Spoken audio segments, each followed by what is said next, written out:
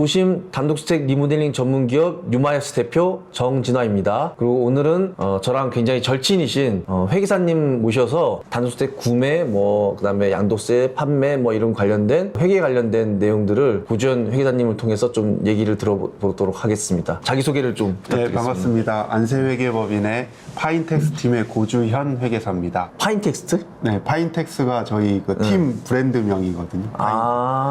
네네네. 우선 회계사님, 우리가 단독주택 공사를 하고 있는데 신축도 하기도 하고 중축도 하기도 하고 그냥 단순 리모델링도 하기도 하는데 많은 건축주분들이 세금 관련해서 굉장히 많이 여쭤보세요. 세금뿐만 아니라 그런 부분에 대해서 제가 전문가가 아니다 보니까 매번 이제 회계사님한테 제가 틈틈이 전화드려서 이제 물어보거나 또는 이제 건축주분하고 다이렉트로 이제 연결시켜드리기도 하는데, 그래서 제가 한번 그 건축주분들이 좀 궁금해하시는 몇 가지를 좀 뽑아왔는데 좀 오늘 설명을 좀 부탁드리도록 하겠습니다. 첫 번째, 집을 이제 공사하기 전에 보통은 이제 집을 이제 구매를 많이 하시는데, 이제 공사 의뢰를 하기 전에 주택을 어떤 집을 좀 구매하려고 하는데라고 이렇게 문의부터 하신 분들이 있거든요. 그러면서 또 이제 이제 취득세 이런 것들을 좀 궁금해 하시는데, 단독주택의 기본적인 취득세가 보통 어떻게 이루어지나요? 그 취득세는 단독주택을 먼저 생각하시기보단 네. 부동산, 그러니까 등기가 되는 부동산은 다 취득세 대상이고, 네네. 취득세라는 거는 말 그대로 그거를 사서 내 소유가 될 때 그걸 취득이라고 하기 때문에 이 취득세율을 이제 부과해서 취득세를 내는데, 이 취득세율로 정부가 이제 정책 결정을 하기 때문에 그래서 취득세율이 다 천편일률적인 게 아니고 취득세는 지방세거든요. 그러니까 뭐냐면 중앙정부 세금이 아니고 지방자치단체가 걷는 세금이어서 기본적인 세율에 플러스 마이너스를 각 지자체별로 조례로 정할 수 있습니다. 그래서 사실은 전국이 다 하나의 세율이 아니고 좀 다를 수도 있고, 두 번째는 단독주택도 있고 상가도 있고 건물, 지식산업센터 다양히 있잖아요. 부동산이란 게 임야도 있고 그 형질, 목적별로 다르게 부과를 해요. 그 이유는 이제 정부가 아파트나 주택이 투기 목적으로 사용되다 보니 특히 이제 주택이나 아파트 이런 주거용은 취득세율로 정책을 좀 활용하는. 그래서 예를 들면 법인이 취득한다.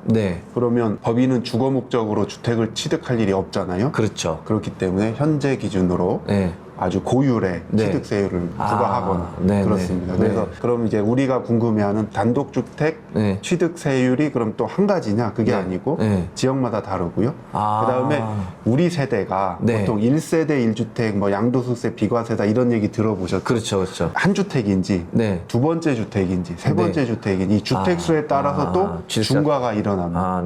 그런 부분이 있어서 취득세율은 단순하게 몇 프로다 라는 것도 다르고, 똑같은 주택인데 취득하는 사람의 주택수에 따라 다르기 때문에 지역마다 다르고, 그렇기 때문에 보통 이제 취득하기 전에 그 지역에 해당하는 취득세율 플러스 내 주택수에 따라서 중과가 되는지 그거를 확인하고 예산을 잡아보는 게 아주 바람직합니다. 단독주택, 지금 우리가 지금 보시는 분들이 거의 다 단독주택에 관심 있는 분들인데, 일반 주거용 단독주택하고 그다음에 상가주택, 예를 들어서 1층은 상가고 2층은 이제 주거용 주택 같은 경우는 취득세가 그러면은 다르다는 얘기인가요? 그러면? 기본적으로 용도 목적에 따라서 등기 구분에 따라서 다르기 때문에 일단은 원칙적으로는 당연히 상가와 주택은 이제 다른 목적물이고 그거에 따라서 취득세율을 다시 찾아서 각각 계산을 하고요.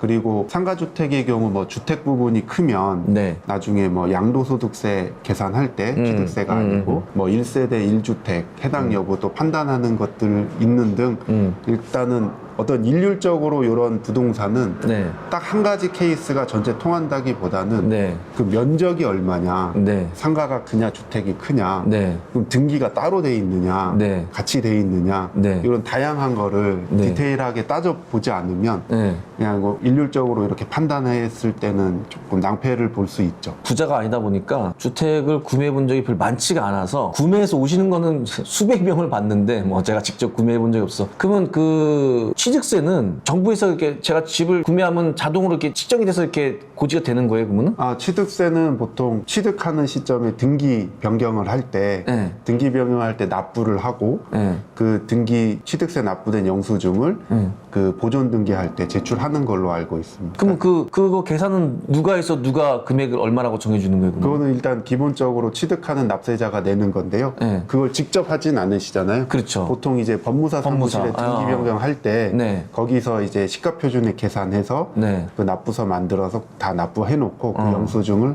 등기 등록할 때 첨부하는 프로세스로 보통 가기 때문에 네. 실무적으로 우리가 주택을 취득하면서 네. 취득세를 내가 계산기를 두드리고 한 번도 그럴 일이 그런 적이 없죠. 없어요. 왜냐하면 보통 등기를 직접 하지 않잖아요. 네. 그 법무사 사무실 이런 변호사 사무실에 맡기기 때문에 네. 대부분은 법무사 사무실에서 하죠. 그러면 그분들이 이제 다 계산해서 납부하고 저희가 이제 실비를 드리면서 그 안에 다 들어가 있죠. 그래서 집문서라고 하는 네. 등기 권리증에 보면 네. 뭐 취득세 납부 영수증부터 네. 뭐 어떤 채권 이제 할인했던 영수증 그런 게 막 붙어 있죠. 중개사 영수증 이런 거. 취득세에 대해서 한 번도 의심을 해본 적이 없는데 그 뭐 다 맞게 나오는 거죠, 그러면? 맞게 나올 게 대부분이겠죠. 근데 네, 우리가 뭐 세상 일이 그렇듯이 네. 뭐 정부나 지자체라고 해서 완벽하지도 않고 네. 실제로 이건 네. 조금 번외 얘기인데 네. 지방세 환급할 거리를 찾아서 그거를 컨설팅 해주는 뭐 회계사, 세무사 뭐 특화된 그런 분도 있습니다, 실제로.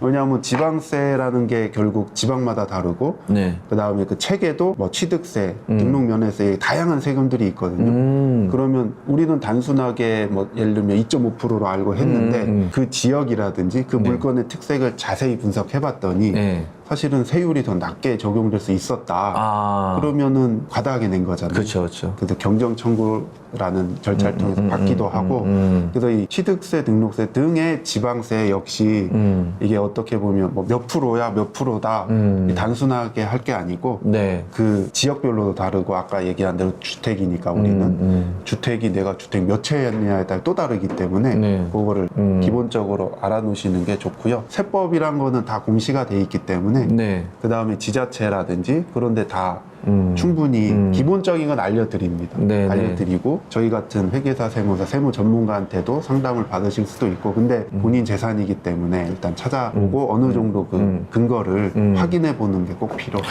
그러니까요. 지금 얘기를 들어봤더니 그 금액이 또 만만치가 않은데 이게 1에서 3%라는 거는 이제 그 아까 말씀드린 대로 물건 형태라든지 지역에 따라 다를 수도 있고 근데 중과가 되면 법인의 경우는 12%도 나올 수 있어요. 법인에서 주택을 여러 채 갖고 있는 개인이다. 네.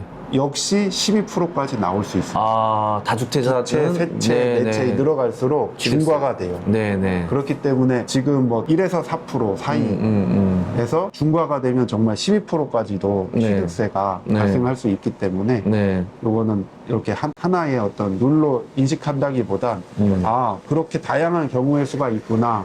그럼 내가 어떤 주택을 취득할 때 요 환경에 맞게 정말 몇 프로인지 물어보자.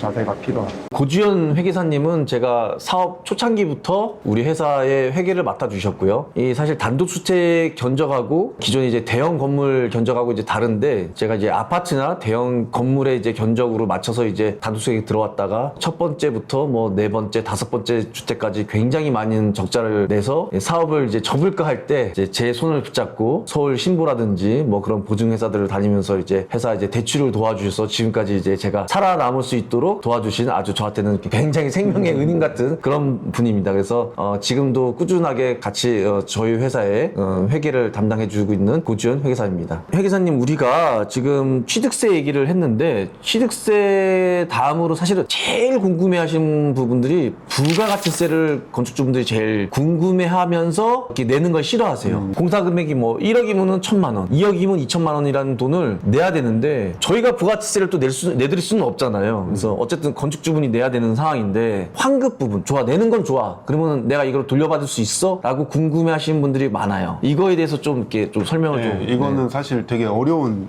건데 어렵다는 의미는 아까 취득세처럼 경우의 수가 많다는 게 아니고